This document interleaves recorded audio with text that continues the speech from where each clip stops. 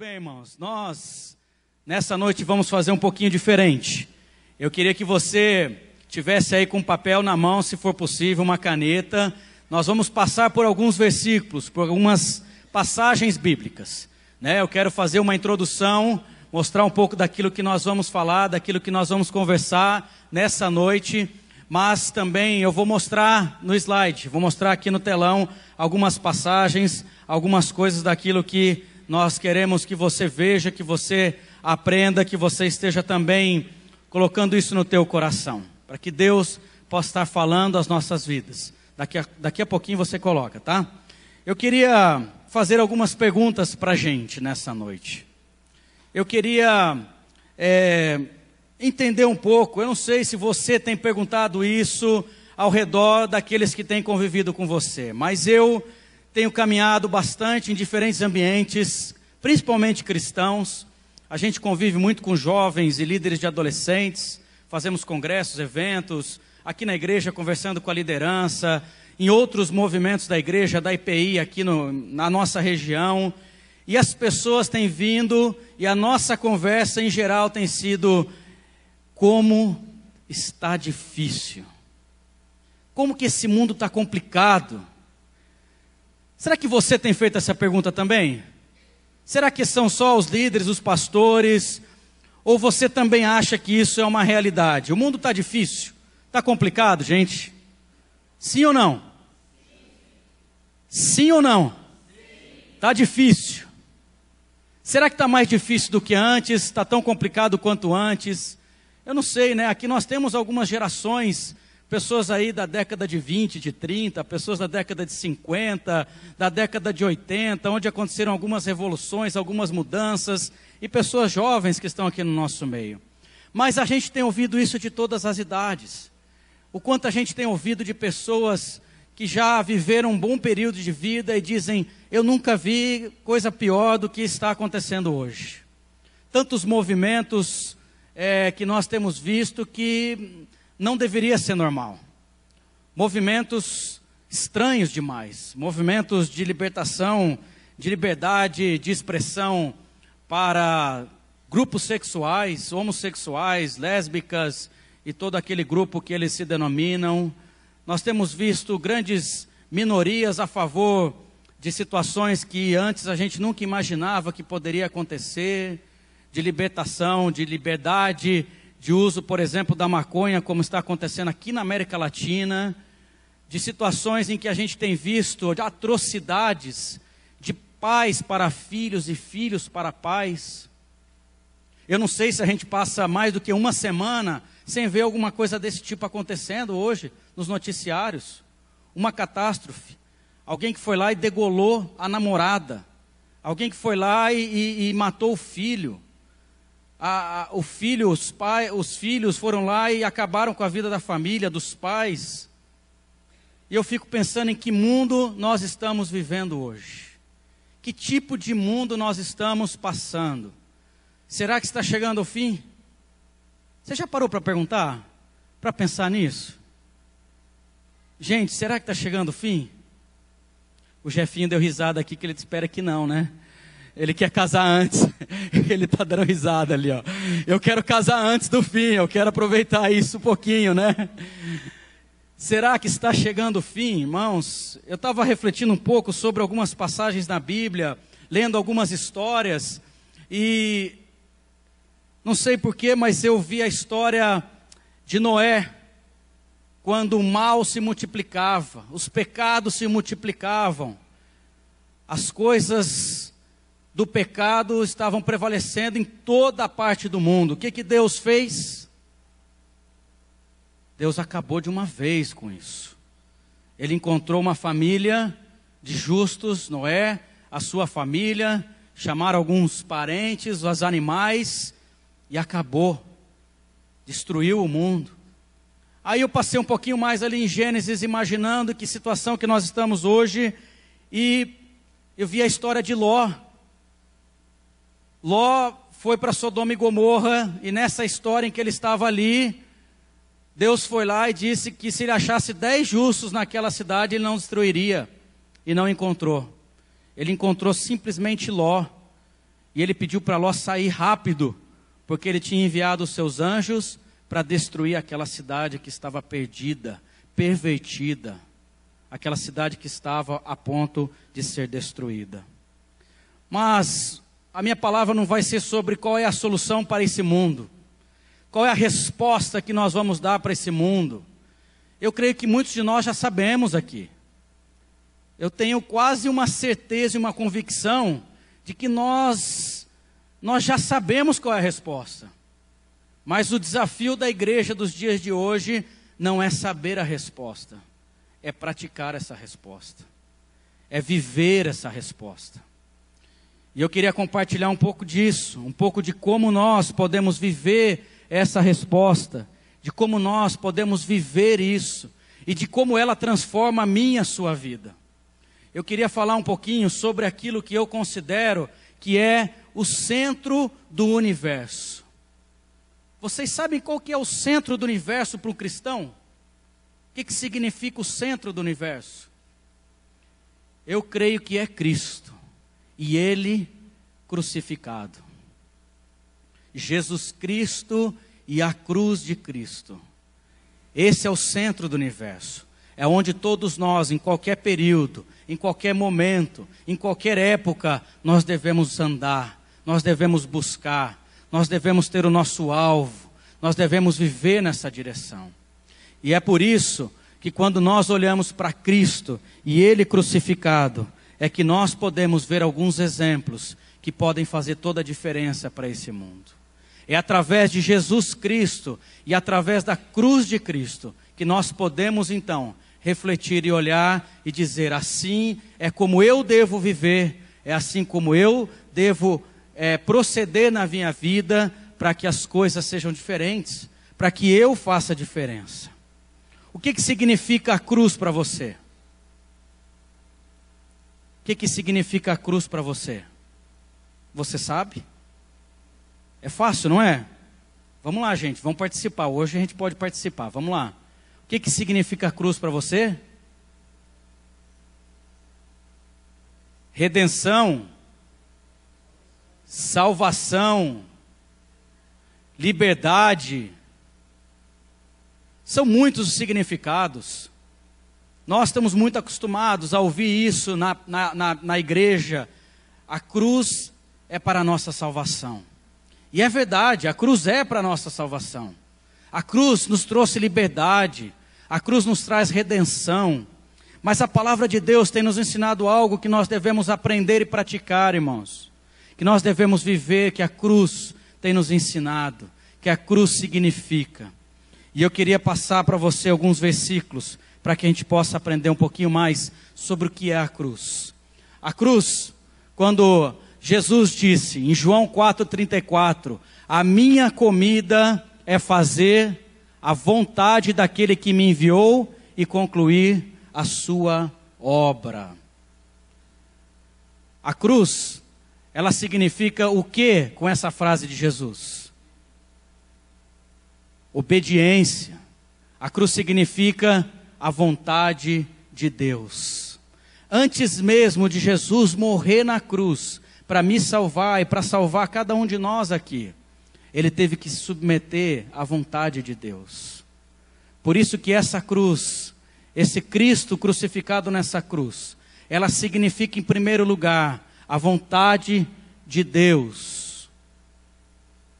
Pode passar? Outra passagem que eu queria mostrar para vocês, diz assim: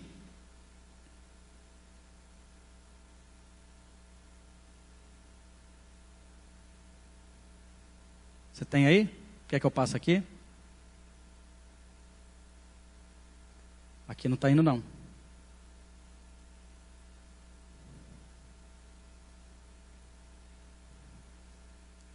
Nós temos vários versículos, irmãos. Se não funcionar, não tem problema. Depois você pode conferir na sua Bíblia, você pode anotar. Em João 5:30, nós temos também a passagem que fala sobre que Deus veio para cumprir a vontade. Aí, João 5:30, por mim mesmo nada posso fazer. Eu julgo apenas conforme ouço, e o meu julgamento é justo, pois não procuro agradar a mim mesmo, mas aquele que me enviou. O próximo. Pois desci do céu não para fazer a minha vontade, mas para fazer a vontade daquele que me enviou. E esta é a vontade daquele que me enviou, que eu não perca nenhum dos que ele me deu, mas o ressuscite no último dia. Então, irmãos, Jesus está dizendo na sua palavra, de que antes de qualquer coisa, que esse significado que você já conhece da cruz para a sua vida, a cruz significa obedecer a Deus. Vamos repetir todos juntos? A cruz significa obedecer a Deus. Diante desse desafio, irmãos, diante dessa afirmativa, diante dessa realidade, eu queria trazer para vocês 3 consequências, 3 aspectos, 3 áreas que essa cruz deve fazer toda a diferença, 3 áreas em que nós devemos obedecer como Cristo foi o modelo, como Cristo viveu, qual foi a atitude de Cristo diante daquela cruz, diante dessas oportunidades, diante do mundo, diante de tanta coisa que Jesus tinha à sua frente. Ele decidiu, por causa dessa cruz, obedecer ao Pai. Então a cruz, ela é fazer a vontade do Pai. E agora eu quero que você preste atenção, anote, que você guarde isso no seu coração. 3 aspectos que essa cruz deve fazer toda a diferença, deve tocar na nossa vida, para que a gente possa dar essa resposta ao mundo. Primeiro aspecto, a primeira questão, é que essa cruz, ela deve tocar na sua família. Essa cruz deve tocar na minha família, deve tocar nos nossos relacionamentos familiares. A palavra de Deus diz assim: quem ama seu pai ou sua mãe, mais do que a mim, não é digno de mim. Quem ama seu filho ou sua filha, mais do que a mim, não é digno de mim. Quem acha a sua vida, a perderá. E quem perder a sua vida por minha causa, a encontrará.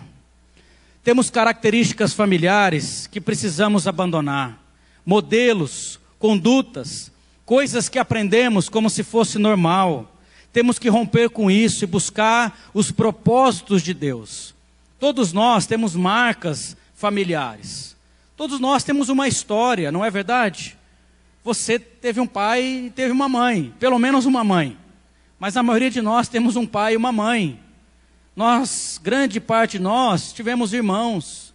Nós crescemos em tão diferentes adversidades, talvez em tantas dificuldades, talvez com os pais em crise, talvez somos filhos aqui de pais separados, talvez você tenha sofrido abuso na sua infância, abuso moral, quem sabe até abuso sexual por alguém da sua família. São tantas coisas que você carrega, são tantas coisas no seu histórico, na sua família.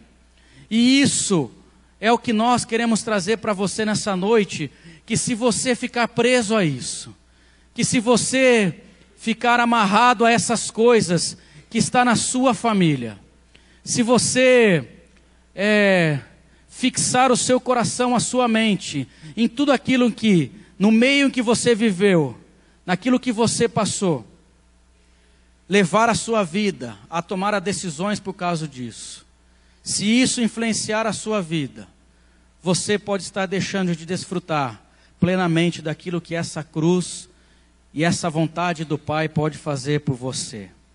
Família muitas vezes é o lugar onde a gente procura aceitação, onde a gente busca o amor, busca reconhecimento, mas todas essas coisas, a palavra de Deus nos ensina que nós devemos buscar em quem?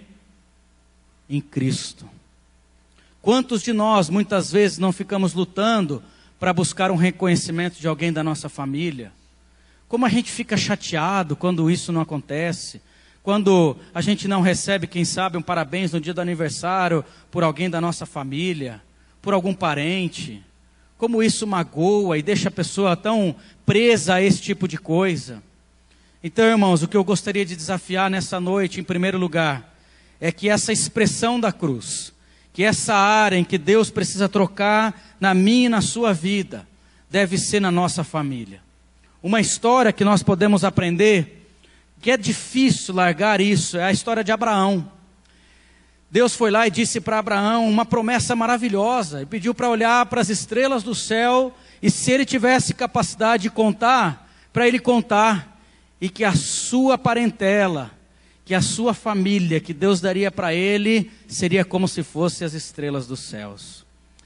Mas Deus disse para ele: Abraão, eu quero que você saia dessa terra, eu quero que você vá para outro lado, porque lá nessa terra que eu vou te mostrar os meus planos. Abraão até saiu, né? Você conhece um pouquinho a história, mas quando ele saiu, ele levou alguém do parentela dele? Ele levou alguém conhecido? Levou, né? Deus tinha falado para ele deixar a parentela, para ele deixar o seu povo, deixar a sua família. Mas ele levou. Ele deixou de fazer o que nesse momento? Obedecer à vontade de Deus. Passou-se um tempo, Gênesis 16, 17 conta essa história. Então chegou um momento em que Deus falou de novo para ele: então Abraão, agora, já que você insiste, você deve deixar o seu sobrinho Ló, porque não é com ele que eu escrevi a tua história. Você deve ir para um outro lado, e aí o seu sobrinho Ló vai para outra direção.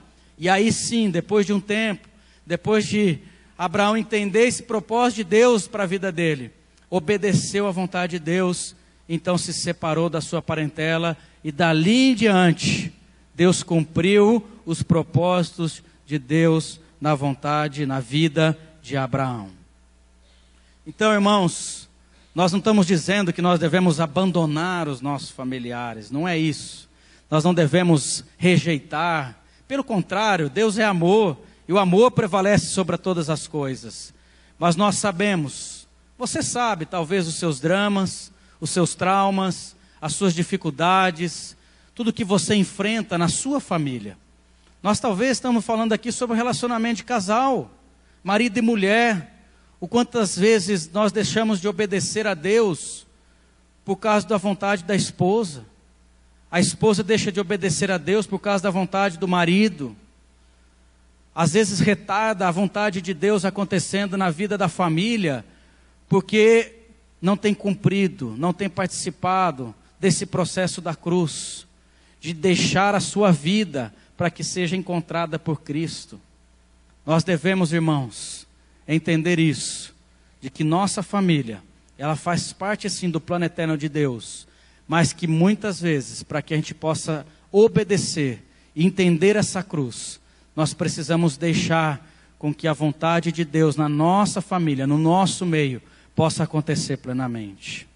O segundo ponto que eu queria compartilhar com os irmãos, que essa cruz toca na nossa vida, a expressão dessa cruz, a expressão da vontade de Deus, da vontade de Jesus, daquilo que aconteceu naquele momento, é a seguinte: a segunda área que a cruz toca é na autopiedade e nas queixas que ela traz. A passagem bíblica diz assim: e Pedro, chamando-o à parte, começou a reprová-lo, dizendo: tem compaixão de ti, Senhor, isso de modo algum te acontecerá. Disse Jesus: se alguém quiser vir após mim, a si mesmo se negue, tome sua cruz e siga-me. Pois quem quiser salvar a sua vida, a perderá. Mas quem quiser perder a vida por minha causa, a encontrará. Irmãos, eu não sei se você conhece, eu não sei se você convive com pessoas que são autopiedosas, pessoas queixosas. Você conhece alguém? Não precisa levantar a mão não, gente. Mas nós temos visto muitas pessoas no mundo de hoje com esse tipo de característica. Pessoas que ficam murmurando o tempo inteiro, reclamando. Se hoje está sol, está muito quente. Nossa, que calor que está, né? Que triste, que calor, que difícil. Que sol, não aguento mais, né? Que dificuldade. Aí chove, dá aquela refrescada, né? Dá uma esfriadinha. Nossa, está frio, né? Gente, como está frio, esfriou, né? Deu uma esfriada agora, né? Talvez até ele fala que deu uma refrescada, mas daqui a pouquinho, se ficar mais um dia, já está frio, né? Ai, como estava bom aquele calorzinho, né? Estava bom, estava gostoso. Mas não é só isso, em muitas coisas na vida. Pessoas que Deus tem dado tanto e continua reclamando porque acha que tem pouco. Deus tem dado uma condição de vida, Deus tem dado saúde, Deus tem dado tantas oportunidades e muitas vezes a pessoa permanece se queixando. E muitas vezes esse se queixar é de si próprio, né? É uma autopiedade. Ali, como diz Pedro, né? Pedro estava ali todo empolgado nesse momento. Senhor, você tem que ter compaixão de ti. Jesus estava começando a falar e explicando um pouco mais sobre o que iria acontecer com ele nos próximos dias, no próximo momento, que ele ia ser crucificado, que ele ia morrer. E Pedro falou, não, tenha compaixão de ti. Você tem que olhar para você. Você tem que cuidar de você. Você acha que você vai morrer agora? Não é hora. O que Jesus respondia? O que Jesus tinha no coração? Convém que se faça a vontade de Deus e não a minha. Será que Jesus ficava reclamando?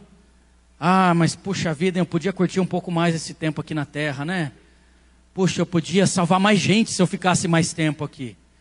Eu sou tão bonzinho, né? Eu estou fazendo tão bem para todo mundo. Por que ir embora agora? E olha que ele tinha boas razões, né? Ele tinha muitas boas razões. Mas em tudo, Jesus submetia à vontade do Pai. Porque essa cruz, ela não é de murmuração. Nós, como cristãos, irmãos, nós temos que aprender isso. Nós temos que aprender a viver uma vida de gratidão a Deus. Eu fico pensando, eu lembro quando eu assisti aquele filme do Mel Gibson, da vida de Jesus, que conta a via sacra, né, onde ele apanha, ele sofre uma violência exacerbada, mas que não foi muito diferente daquilo. Eu fico pensando quando Jesus estava de frente para aqueles imperadores, e aqueles caras o acusavam, e ele sem culpa, ele ficava quieto, ele permanecia em silêncio, como um cordeiro pronto para ir para o matadouro, como uma ovelha em silêncio, ele esperava a vontade do Pai. Jesus, com todo o poderio, com toda a força, com toda a capacidade, ele se entregou às mãos daquelas pessoas, para que a vontade do Pai fosse cumprida. Então que esse segundo ponto, irmãos, nós possamos praticar e viver como filhos de Deus, para que nós possamos fazer diferença nessa geração. Com os adolescentes no qual a gente tem vivido, tem sido uma das coisas mais comuns, é reclamar da vida. Como eles gostam de reclamar da vida. Eu não quero falar mal deles porque eu gosto muito de adolescente. Eu entendo muito eles e gosto muito deles. Mas uma realidade em que talvez nós, essa geração, está produzindo na vida dessa próxima geração, é uma atitude de murmuração.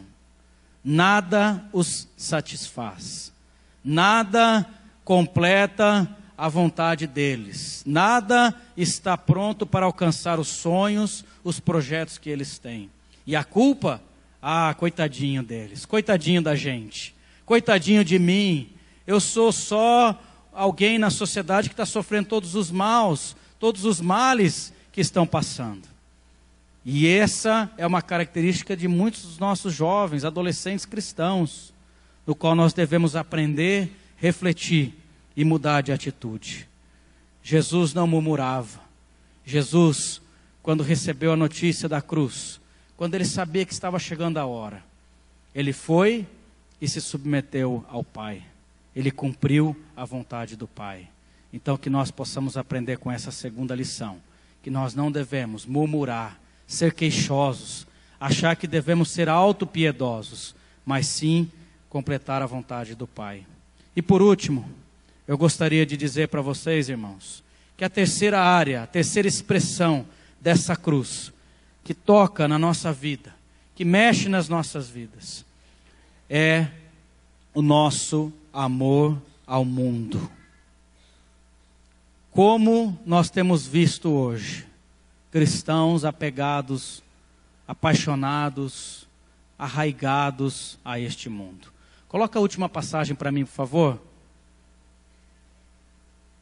Mas antes é necessário que ele sofra muito e seja rejeitado por esta geração.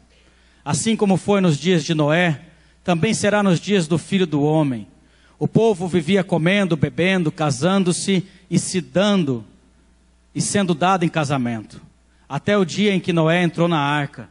Então veio o dilúvio e os destruiu a todos. Pode passar?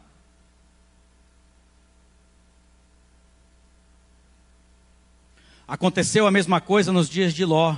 O povo estava comendo e bebendo, comprando e vendendo. Práticas do mundo, do nosso dia a dia, plantando e construindo.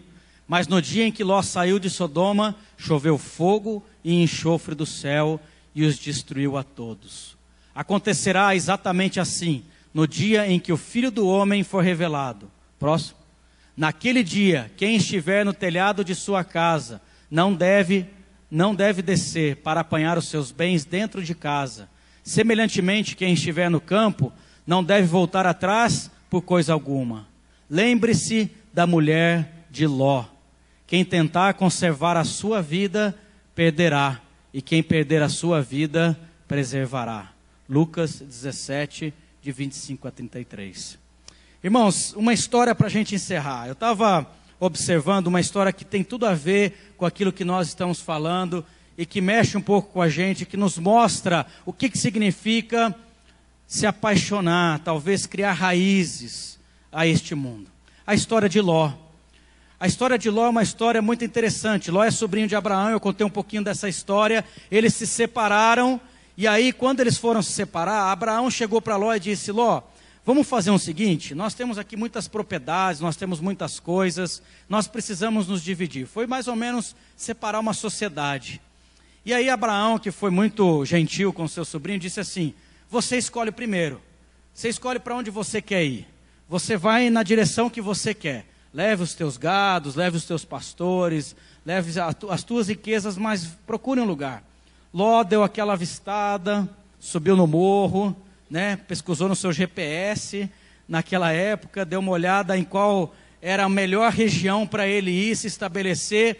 Então ele escolheu as Campinas do Jordão. Ele foi lá e escolheu um lugar que tinha água, que passava um rio, que tinha um certo nível para que ele pudesse plantar, para que ele tivesse mais facilidade, para que ele pudesse crescer.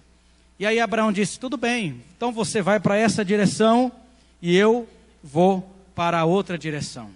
Mas uma das coisas que Ló não percebeu, ele começou a ir na direção de duas cidades.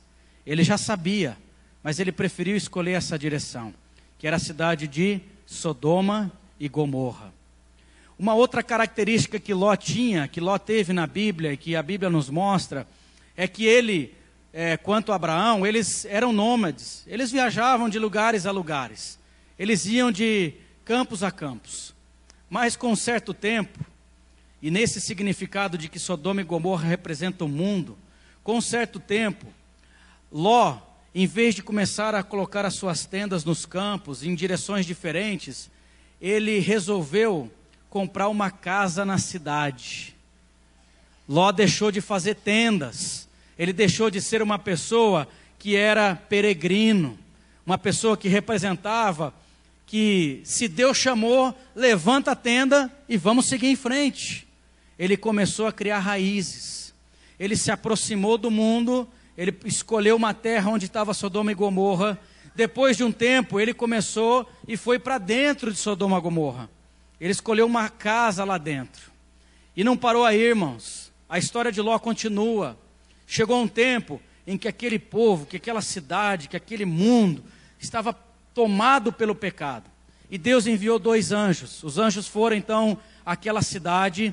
E olha que nós estamos falando de Ló, que era um homem justo, um homem fiel a Deus, que tinha a sua família, que tinha as suas filhas.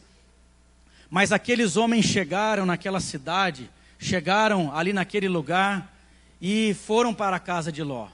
Chegando na casa de Ló, alguns homens procuraram, várias pessoas daquela cidade foram ao redor da casa dele para violentar aqueles homens, porque isso já era uma prática comum naquele povo.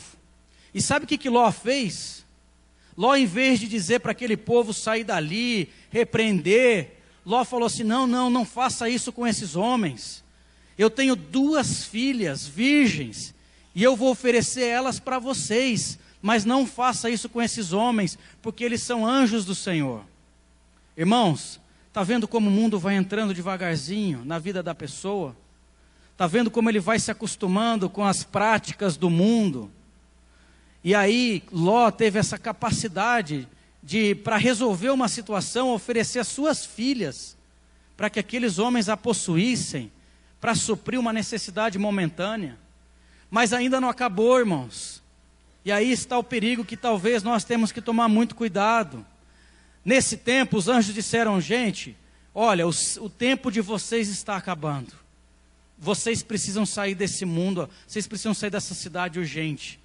E Ló disse: não, agora não, vamos ficar mais um pouco. Aí ele foi chamar os genros, e aí os genros falaram assim: que é isso, você acha? Aqui que está tudo dando certo, aqui que eu estou ganhando dinheiro, aqui que minha vida está boa, eu já estou acostumado com o mundo, eu já estou fazendo parte do mundo. E aqueles anjos disseram: não, é agora. E os genros disseram: não, nós nem vamos. Deus teve que tirar a força. Tirou Ló, tirou a esposa de Ló e tirou as suas filhas.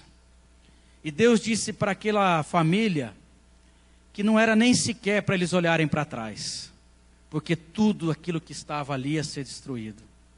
E infelizmente, depois de um tempo em que nós vamos entrando no mundo, nós vamos nos aproximando do mundo, nós vamos querer tirar vantagem do mundo, o mundo começa a fazer parte da gente. O mundo começa a tomar conta do nosso coração, o mundo começa a tomar conta da nossa vida e o mundo começa a tomar conta das nossas práticas. E nessa história de Ló, para finalizar, a mulher de Ló, que já estava tão acostumada com esse mundo, tão apaixonada nesse mundo, ela voltou-se e ela se arrependeu. Naquele momento ela virou para olhar tudo o que estava acontecendo. Talvez, a Bíblia não diz, mas talvez com um sentimento no coração de desejo de voltar para lá. E naquele exato momento, a esposa de Ló foi transformada numa estátua de sal. A gente aprende muito isso na escola bíblica dominical, né? A mulher de Ló virou uma estátua de sal.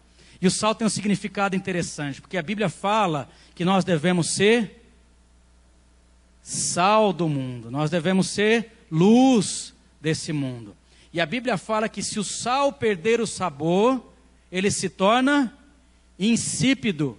E para que serve um sal que não tem sabor? Para nada. Não serve para mais nada. Ou seja, o que aconteceu com a mulher de Ló? Ela virou uma estátua de sal, porque ela não tinha mais valor nenhum para esse mundo, ela não tinha sabor nenhum para essa sociedade, ela já não tinha mais valor, ela já não salgava mais, ela já não fazia mais diferença, ela já não fazia parte desse povo chamado do povo de Deus. E infelizmente ainda tem mais um episódio nessa história. As filhas de Ló, acostumada com os costumes, né, já apregnada aos costumes desse mundo, pensava em procriação, era muito importante naquela época. E naquele tempo de fugir, naquele tempo de sair, elas decidiram, porque não encontraram nenhum homem ao redor, deitar-se com o próprio pai, para que elas pudessem então perpetuar a raça, pudessem ter um valor naquela sociedade. Uma noite foi uma, outra noite foi outra, com o pai bêbado. Olha que desgraça, irmãos, que aconteceu nessa história. Olha como é que foi, e olha como é que aconteceu na história da vida de Ló. De Ló, que a Bíblia diz, um homem justo, um homem fiel, um homem cristão. E aí, irmãos, eu gostaria de encerrar com esse desafio para as nossas vidas. Como tem sido o nosso amor e a nossa relação com esse mundo? Como nós temos nos aproximado a esse mundo? Será que nós temos muita coisa parecida com essa história? Será que na nossa família, será que nos nossos relacionamentos, nos nossos negócios, nós temos chegado muito perto do mundo, desse mundo que nós temos percebido tão difícil, tão complicado, mas será que nós temos sido sal? Será que nós temos sido luz? Será que nós temos feito diferença nessa sociedade? Será que essa cruz que toca no nosso amor ao mundo tem sido uma realidade na qual nós temos nos dispostos a simplesmente fazer a vontade de Deus? Será que esse mundo, nós ainda estamos perto dele? Ou será que esse mundo já está dentro da gente? Já está tomando parte das nossas atitudes, dos nossos corações? Talvez nós estamos nos acostumando com algumas práticas, achando que é normal, achando que faz parte, porque, pois bem, todo mundo está fazendo, todo mundo faz, eu também. Tem um monte de gente participando, tem um monte de gente fazendo, tem um monte de gente agindo dessa forma, que eu conheço. Lá na igreja tem também, fulano faz isso, ciclano faz aquilo. Será, irmãos, que se Deus quiser, essa volta estiver próxima, será que Jesus, quando chegar aqui, vai nos encontrar salvos? Vai nos encontrar prontos? Aonde nós não vamos ter tempo, a Bíblia disse, nós vimos aqui, nós não vamos ter tempo de voltar e buscar os nossos bens, nós não vamos ter tempo de ir avisar alguma pessoa sobre tudo o que está acontecendo. Nós temos que estar pronto a qualquer momento, a qualquer hora, e fazer diferença. Então, irmãos, que nós possamos nessa noite aprender essas 3 lições. Essa cruz, em primeiro lugar, a cruz de Cristo, o centro do universo é Jesus Cristo e Ele crucificado. Que essa cruz possa estar tocando sempre em 3 áreas na nossa vida: na nossa família, na nossa autopiedade, nas nossas queixas e no nosso amor ao mundo. E que se assim acontecer, e se isso for realidade na nossa vida, nós podemos ver o mundo transformado pela vida dos nossos irmãos, pela vida dos cristãos, pelos filhos verdadeiros de Deus, que podem fazer toda a diferença nesse mundo. Amém? Eu queria passar um filme para vocês. Fala um pouquinho dessa cruz, mostra a maravilha que foi essa cruz, como Jesus Cristo se colocou diante dessa cruz, como Ele se entregou às nossas vidas, como Ele foi amoroso, como Ele foi piedoso, como Ele foi fiel. E que Deus possa estar falando aos nossos corações nessa noite, em nome de Jesus. Amém.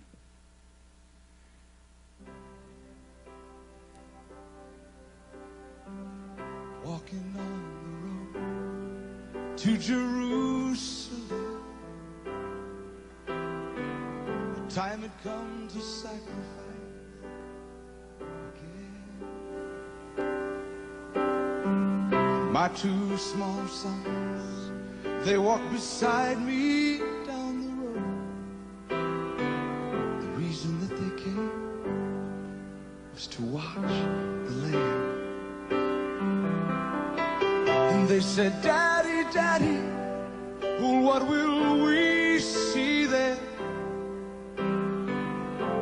There's so much that we don't understand. And so I told them of Moses and Father Abraham. And I said, dear children, watch the Lamb. There will be so many in Jerusalem today. We must be sure this little lamb doesn't run away. And I told them of Moses and Father Abraham.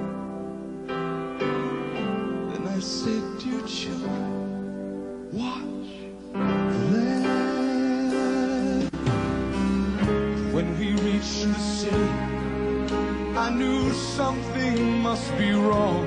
There were no joyful worshipers there, no joyful worship song. And I stood there with my children in the midst of angry men. Then I heard a crowd cry out, let's crucify him.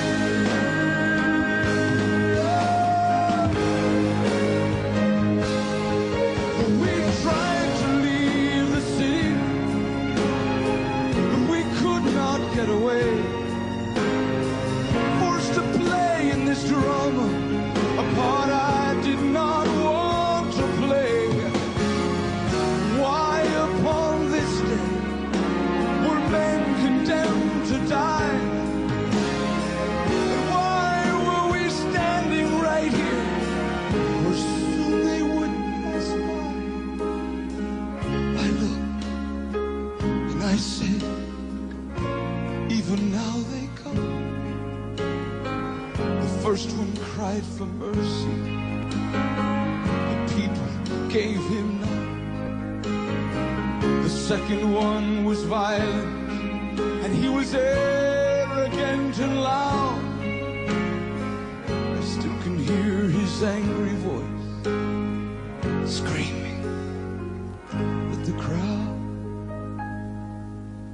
Then someone said, there's Jesus. And I scarce believed my eyes. A man so badly beaten, he barely looked alive. Blood poured from his body, from the thorns on his brow, running down the cross and falling to the ground. I watched him as he struggled, and I watched him when he fell. The cross came down upon his back. The crowd began to look, and in that moment I felt such agony. In that moment I felt such loss, until a Roman soldier grabbed my arm and screamed, "Yo! Carry his cross!"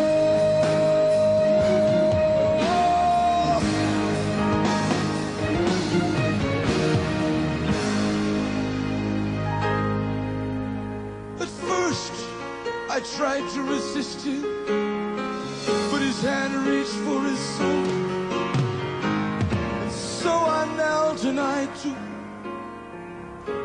the cross from the Lord. Put it on my shoulder, and we started down the street. And the blood that he'd been shedding was running down my cheek. They led us to Golgotha, and they drove nails deep in his feet and head. And on the cross I heard him pray, "Father, forgive them. Never have I seen such love in any other eye. Into thy hands I commit my spirit," he prayed. And then he died. I stood for what seemed like years, lost all sense of time. Then I felt these little hands holding on to mine. My children stood there weeping, and I heard the oldest say, "Father, please forgive us." The lamb ran away.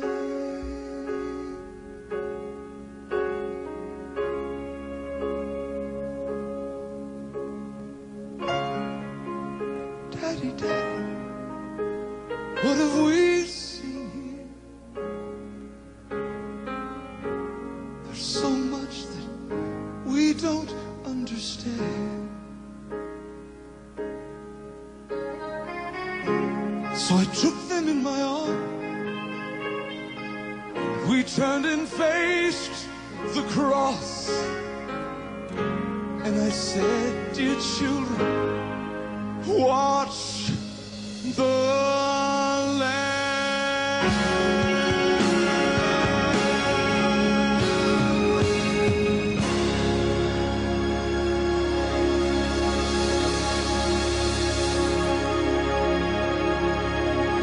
Baixa sua cabeça e vamos orar.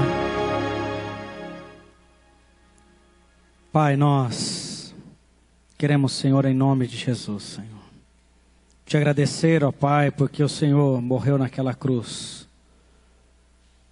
Em primeiro lugar, Senhor, para cumprir a vontade do Pai. E através dessa morte na cruz, o Senhor trouxe vida. O Senhor trouxe vida, Senhor, à nossa humanidade. O Senhor trouxe vida a mim. O Senhor trouxe vida a nós. E é por meio dessa cruz, ó Pai, que nós devemos viver, ó Pai. Pai, que nessa noite, Senhor, a Tua mensagem, a Tua palavra esteja sendo colocada, Senhor, brotada no nosso coração, Senhor. Que nós possamos entender, Senhor, como os filhos do Senhor, que nós, ó Pai, não queremos, ó Pai, amar o mundo, Senhor. Nós não queremos, ó Pai, ser pessoas queixosas, cheias de autopiedade. Pai, que em nome de Jesus o Senhor nos ajude, Senhor, a entender essas verdades. Que nós, ó Pai, como filhos de Deus, ó Pai, possamos entender, Senhor, que essa cruz passa, Senhor, pelos nossos dramas, pelos nossos traumas familiares, e que nada, Senhor, é maior do que a Tua vontade, Pai. Nos ajuda a entender, Senhor, a entender, a submeter todas as coisas debaixo da Tua vontade, até mesmo as coisas que me são lícitas, que são certas, mas que seja, Senhor, não o que eu esteja fazendo seja certo, mas seja a Tua vontade. É assim que nós, ó Pai, como povo de Deus, queremos viver, Senhor. Receba, Senhor, em nome de Jesus, a nossa adoração. Receba, Pai, em nome de Jesus, a nossa lágrima. Pai, receba, Senhor, a nossa culpa. Receba, Senhor, nessa noite, Senhor, o nosso coração. Que possamos entregá-lo, Senhor, e nos submeter sempre, Senhor, à Tua vontade. Nos ajuda, Senhor, a sermos um povo que faça diferença nesse mundo, para que possamos ser sal, ser luz, fazer diferença, para que ao invés de ouvirmos, ó Pai, essa dificuldade, a crise, Pai, a tormenta, nós possamos, ó Pai, saber que há um lugar seguro, que há, Senhor, um lugar de calmaria, na Tua presença, no Teu colo, Senhor. Pai, em nome de Jesus, continue falando as nossas vidas nessa noite. E também, Senhor, quando o grande culto começa, quando nós saímos daqui, amanhã, durante a semana, durante, Senhor, esse mês, que nós possamos viver, Senhor, debaixo da Tua vontade. Essa é a nossa oração, em nome de Jesus.